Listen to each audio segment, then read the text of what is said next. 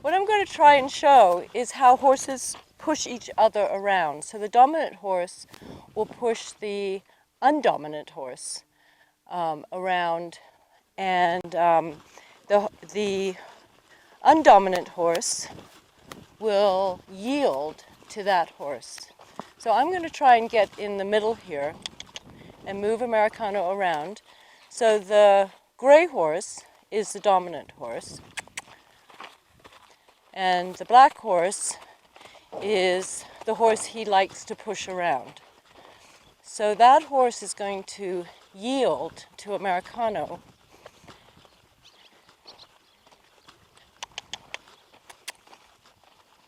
Come, come.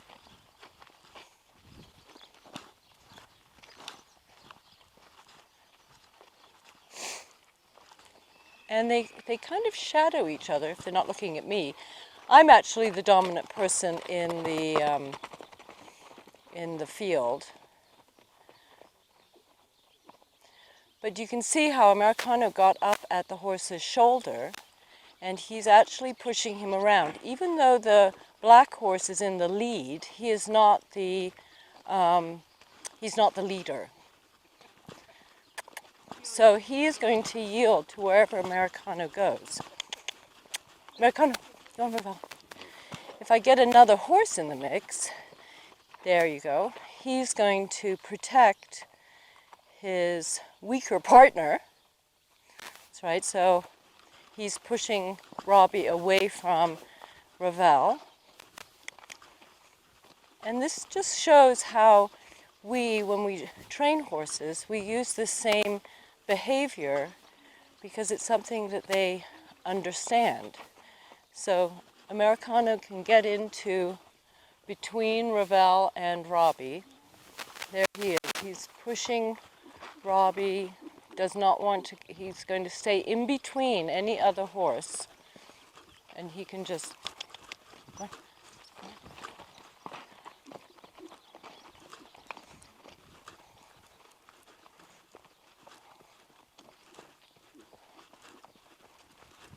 there he is. He's protecting Robbie from the rest of the herd. Good. So what I propose to show is I've got this GoPro on my head while he's filming otherwise, and I want to show a little bit about the fundamentals of how you move another horse around from another one's back. This exploits their natural pecking order. And so what I'm going to do is shape this horse in a couple of really fundamental, simple ways. There's thousands of ways that you can develop subtlety with this, but for the purposes of this, I just want to show the very fundamental things. And so the basic things are, first of all, if I'm going to put pressure on the other horse, then I have my horse straight. And so I'm driving him, and I'm using this flag partly to reinforce what I'm doing, but partly to show you exactly where I'm looking. And then when you want to take the pressure off, then you yield your horse away, and that's inviting to him. So that horse is named Doc. The one I'm riding is named Bandit. That might be helpful. So right now we're in a confined place. You can do this anywhere, and this works with cattle as well as it does horses, although the pressures are a little different. In a confined place like this, then it's easy. I can always win. If Doc starts running around and he gets by me, then I can always just cross the arena and catch up on the other side. So, but we have nowhere to go, and so what I'm doing is just going to be coming up out of what I think I want him to do. So to start with, what I have in mind is for him to go around here at a trot while he's bent in the same direction as this round pen with the same amount of curve. So this horse is not wild, so I can use my flag to give him a little in. Okay, so he cut it really short. So I'm going to try driving him out. So my pressure, my horse's nose, Bandit's nose, is right behind his elbow. Okay, I want him to go out, so I move my pressure out, and now I make room, let him come back this way. Right now my pressure is right on behind his elbow again. I want him to go all the way the circle, so I'm a little ahead of it. Now he's getting a little bit of a bend. He's doing a sort of a steady cadence. I'm still a little ahead of his elbow because I want him to go further out. If I want him to move the hindquarters over, then I move my horse's nose back like that. And so now my horse's nose is on his hindquarters. I lost his attention, so I'm going to wake him up. Let's do it again. I don't want to change directions yet, and I want him to turn towards the middle of the arena, not away. So I'm going to scoop him up like that, and we try again. The trick is you don't give up. You keep the pressure on with your saddle horse until the other one begins to understand it. Further out. He doesn't like that. He doesn't want to go further out. Okay. Now he's going faster than I want, so I'm going to put my pressure a little ahead of him and see if he'll come back to a trot. Just keep it up. I'm just going to keep the pressure up. When he drops to a trot, then I give him a release. I'm going to give him a release like that by yielding away. And then I can control his speed. Let's try the other direction.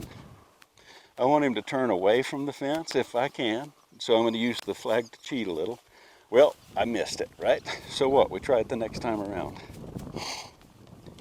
Once again, I'm going to start with my pressure right on my nose, right behind his elbow, my horse's nose. Okay, he's cheating the circle, so I'm going to try to drive him out by getting ahead of that. Now I'm going to be a little more aggressive. Try to make him go all the way to the fence. The flag is a big exaggeration. Let's do it. He's going to do it again. Okay. So I pick a time when he's nice and soft and yield away, and that draws him to me. Okay, he lost his attention. Let's try it again. What I'm looking for is for him to stop and look. He's trying to cheat me a little, trying to beat me, so I can keep up a little. I've always got a shorter distance to travel than he does. Okay, he made a nice circle. Pretty nice. If I yield away, that brings him to a stop and he looks towards me. Okay. I can invite him better by even moving further away. Okay, his eye is good. So now I'm going to take the pressure off entirely. When he looked at me, that deserves a reward. That's what I'm looking for. So I'm just going to completely give him a moment to reward that before we start again.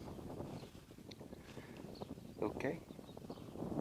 That's acceptable. Now I'm going to ask him to turn away from the fence towards the middle and go the other direction. These moves are really elementary. I'm only using 2 basic moves, more or less straight, and then leg yielding away. The straight effects tend to put pressure on. The leg yield away takes the pressure off. Okay, he doesn't want to go to that end of the arena, so what? I'll just work on it. So now my mental pressure is right behind his elbow. Now he wants to cheat, so I'm going to get ahead of it a little bit and try to head him over that way. It helps if you don't wear sunglasses when you're doing this, because Doc is certainly reading my eyes.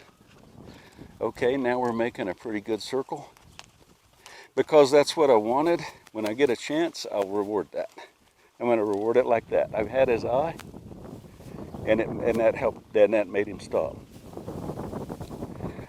One more time the other direction, and you will have an introduction. You can make this marvelously subtle. This is really elementary. I'm just doing the very basics.